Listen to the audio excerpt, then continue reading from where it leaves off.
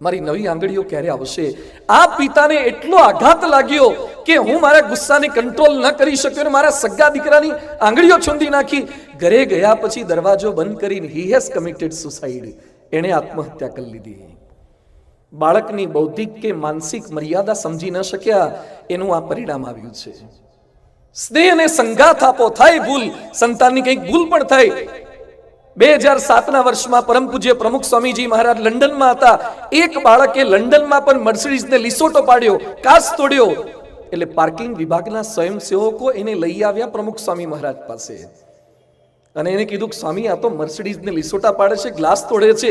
પ્રમુખ સ્વામીજી એ નાનકડા વિદેશી બાળકને પ્રશ્ન કર્યો કે તે મર્સિડીઝ ઉપર કેમ લીસોટા પાડ્યા અને ગ્લાસ કેમ તોડ્યો? એટલે લંડનનો વિદેશી બાળક શું કહે છે, મારા પપ્પાની ગાડી કરતા આ ગાડી વધારે પડતી સારી છે એટલે મને જેલસી થઈ.